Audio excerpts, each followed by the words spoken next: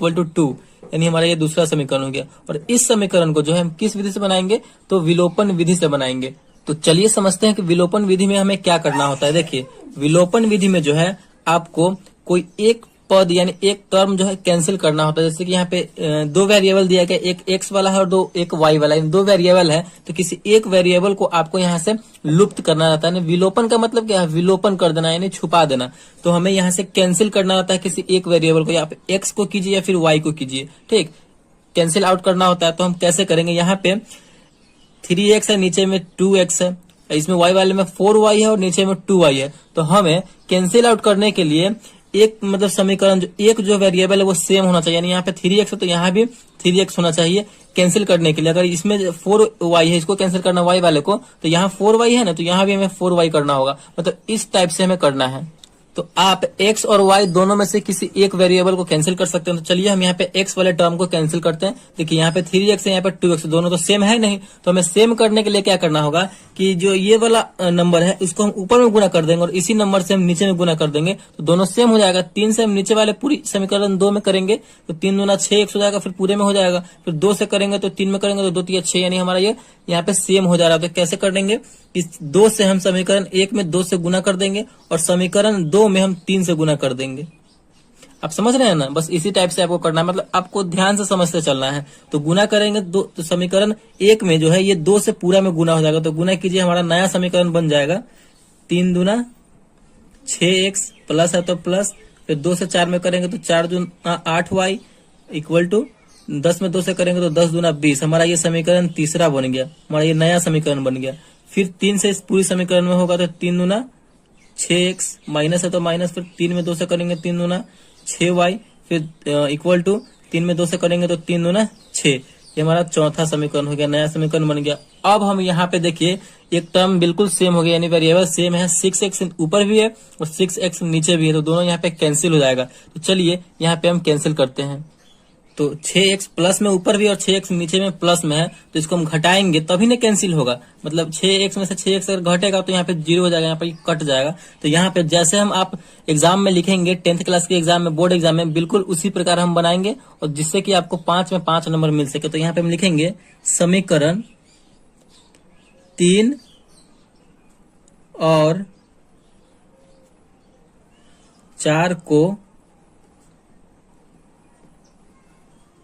घटाने पर, समीकरण 3 और 4 को यहाँ पे हम घटाएंगे तो घटाइए, 6x plus 8y equal to 20 है हमारा तीसरा। चौथा है 6x minus 6y equal to 6 है।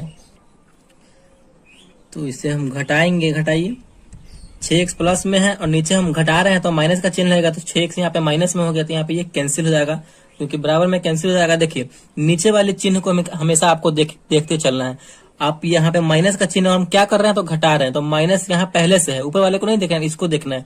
तो माइनस यहाँ पहले से है और हम माइनस कर रहे हैं, तो माइनस और माइनस मिलकर क्या होता है तो प्लस होता है। तो अब हमारा ये दोनों जुड़ जाएगा, ऊपर वाला भी हमारा प्लस में हो गया, नीचे वाला भी हमारा प्लस में हो गया, ठीक।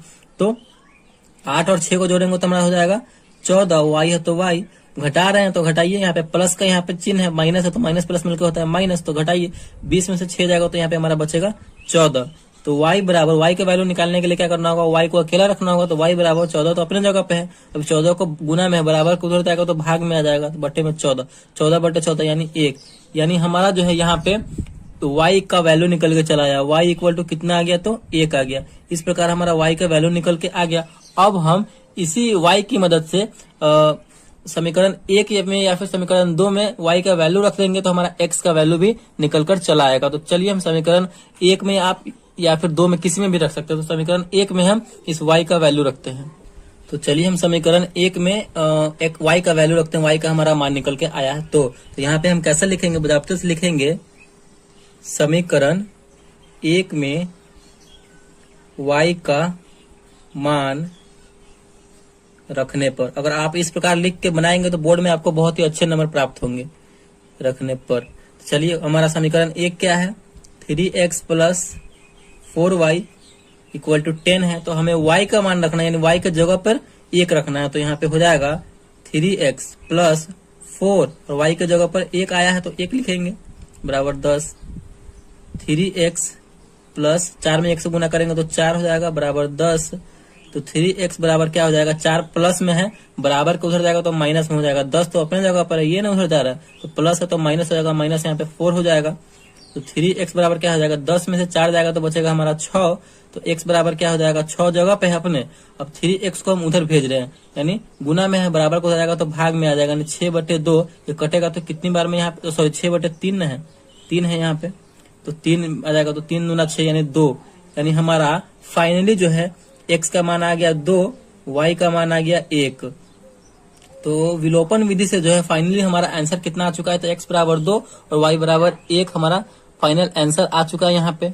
तो आई होप आपको विलोपन विधि बहुत अच्छे तरीके से समझ में आ गया होगा। तो हमें विलोपन विधि में करना क्या होता है कि आपको एक टर्म को, यानी एक वेरिएबल को आप x को कैंसिल आउट कर सकते हैं या फिर y को कैंसिल आउट कर सकते हैं। अगर हमें y को करना होता तो यहाँ पे हम क्या करते कि इसमें y वाले में, ऊपर वाले में 2 से गुना कर देते तो ये मिलकर हो जाता 4 दूना 8, और नीचे वाले समीकरण 2 में हम 4 से गुना कर देते, तो 2 में 4 से करते तो 8 हमारा ये दोनों बराबर हो जाता 8, तो इसको हम कैंसिल आउट कर सकते थे। आप x को कर सकते हैं या फिर y को कर सकते हैं। तो यही करना होता है हमें विलोपन विधि, यानी एक को विलुप्त करना होता है, छुपाना होता है। इसका नाम एलिमिनेशन मेथड है या फिर लुप्तीकरण विधि भी है। तो आई होप आपको विलोपन विधि से समीकरण को सॉल्व करना आ गया होगा। चलिए अब हम समझते हैं यहाँ पे प्रतिस्थापन विधि से समीकरण को हल करना। तो इसी क्वेश्चन को जो है हम प्रतिस्थापन विधि से सॉल्व करेंगे। 3x + 4y बराबर 10 और 2x - 2y बराबर 2। तो इसी समीकरण को हम प्रतिस्थापन विधि से सॉल्व करके देखते हैं कि हमारा वो वैल्यू सेम आता है कि नहीं x और y का। तो चलिए सॉल्व करते हैं। तो हमारा पे वही समीकरण है जिस समीकरण से हमने विलोपन विधि से सॉल्व किया है इसको। तो चलिए इसी समीकरण को प्रतिस्थापन विधि से सॉल्व करते हैं। 3x + 4y बराबर 10 यानी समीकरण 1 हो गया। 2x - 2y बराबर 2 यानी हमारा समीकरण 2 हो गया। तो विलोपन विधि में हमारा क्या था कि एक पद को हमें कैंसिल आउट करना होता था, यानी छुपाना होता था, ठीक। लेकिन प्रतिस्थापन विधि में वैसा नहीं है। प्रतिस्थापन विधि में क्या है कि हमें कोई एक पद, यानी कोई एक वेरिएबल का जो मान निकाल करके उस दूसरे वाले इक्वेशन में रखना है। जैसे कि अगर हम इस समीकरण 1 का जो है x का वैल्यू निकालते हैं, तो इसी x के वैल्यू को हमें समीकरण 2 में प्रतिस्थापित करना है। वही हमारा प्रतिस्थापन विधि हुआ, ठीक। अगर आप y का निकालते हैं समीकरण 1 की मदद से, तो इसी y का वैल्यू जो है जो निकाल के आएगा वही हमें समीकरण 2 में प्रतिस्थापित करना यानी रखना है। वही हमारा प्रतिस्थापन विधि हो गया। इंग्लिश में अगर हम बात करें तो इसे सब्स्टिट्यूशन मेथड हम कहते हैं। तो चलिए हम प्रतिस्थापन विधि से इस समीकरण को भी समझते हैं। तो चलिए आप जो है किसी एक का वैल्यू निकाल सकते हैं, x का या फिर y का। तो चलिए हम x का ही निकालते हैं। तो यहाँ पे हम समीकरण 1 को ले रहे हैं, तो यहाँ पे हम क्या लिखेंगे, समीकरण 1 से समीकरण 1 को लिए हैं। तो समीकरण 1 क्या है हमारा, 3x + 4y = 10 है। अब इसी में से हम x का वैल्यू निकाल रहे हैं, तो क्या करना होगा, हमें इस टर्म को अकेला छोड़ना होगा। तो 3x बराबर क्या हो जाएगा, हम 4y को उधर भेज रहे हैं, तो 10 तो अपने जगह पे है, हम उसको भेज रहे हैं उधर, तो ये प्लस में है, उधर जाएगा तो माइनस में हो जाएगा 10 - 4y। तो x का वैल्यू निकालने के लिए x को अकेला रखना होगा। तो 3 गुना में है, बराबर को उधर जाएगा तो भाग में हो जाएगा, तो हो जाएगा हमारा 10 - 4y बटे में 3 आ जाएगा, ठीक। अब हमारा यहाँ पे x का वैल्यू यहाँ पे ये निकल के चला आया। अब इसी x के वैल्यू को हम समीकरण 2 में x के जगह पर पुट कर देंगे। तो हमें क्या लिखना होगा आगे, तो हमें यहाँ पे लिखना होगा समीकरण 2 में x का मान रखने पर, समीकरण 2 में हम इस x का मान रखेंगे। तो चलिए समीकरण 2 हमारा क्या है, 2x - 2y = 2 है। अब इसी x के जगह पे हम ये वाला वैल्यू रखेंगे, ठीक, ये वाला मान रखेंगे। तो रखिए यहाँ पे हम रखेंगे तो क्या हो जाएगा, 2x के जगह पर रखेंगे, ये हमारा 10 - 4y बटे में 3 - 2y बराबर 2। इसे हम सॉल्व कर देंगे तो यहाँ पे हमारा सिर्फ एक y वाला टर्म बच रहा है, तो हमारा y का वैल्यू यहाँ से निकल के चला आएगा, ठीक। इसी प्रकार आपको करना, बस आप समझते चलिए कि किस टाइप से बन रहा है, किस तरीके से ये बन रहा है, ठीक। तो चलिए गुना कीजिए, यानी इस 2 से हम इस पूरे वाले में ऊपर वाले में गुना हो जाएगा। तो 10 में 2 से करेंगे तो 10 दूना 20 - 4 दूना 8y बटे में 3 - 2y बराबर 2। इस 2y के नीचे कुछ भी नहीं है, तो इसका मतलब क्या, 1 है। तो हम 3 और 1 का एलसीएम लेंगे, तो हमारा कितना होगा, 3 और 1 का एलसीएम, तो 3 ही होगा। तो 3 1 का एलसीएम हो जाएगा हमारा 3, 3 से 3 कैंसिल हो जाएगा एक बार में, तो 20 - 3 से 3 एक बार में कैंसिल होगा, तो 8 का 8 यानी 8y - 3 दूना 6y बराबर 2। चलिए ये आपको समझ में आया?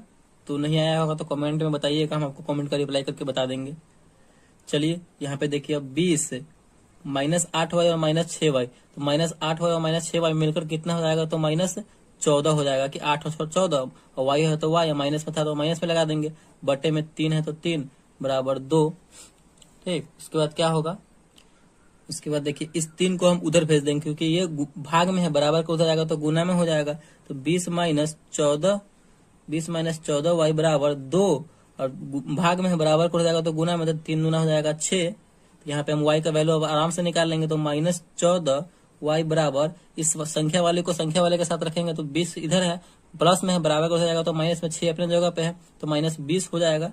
तो यहाँ पे देखिए -14 y बराबर क्या हो जाएगा, -14, क्योंकि 6 में से 20 घटे, कम में से ज्यादा घट रहा है तो यहाँ पे माइनस में आंसर आएगा। तो माइनस इधर भी है, माइनस इधर भी है, बराबर के दोनों ओर माइनस है तो माइनस माइनस कैंसिल हो जाएगा। तो यहाँ से हमारा y का वैल्यू निकल के चला आएगा, y बराबर, y का वैल्यू निकालने के लिए y को अकेला रखना होगा, तो 14y है तो y बराबर क्या हो जाएगा, 14 तो अपने जगह पे, इस 14 गुना में लगा हुआ है, बराबर किधर हो जाएगा तो भाग में हो जाएगा, 14/14 कितनी बार में कटेगा, 14 से भाग देंगे तो एक बार में कटेगा। तो यहाँ पे हमारा फाइनली जो है y का मान निकल के चला आया।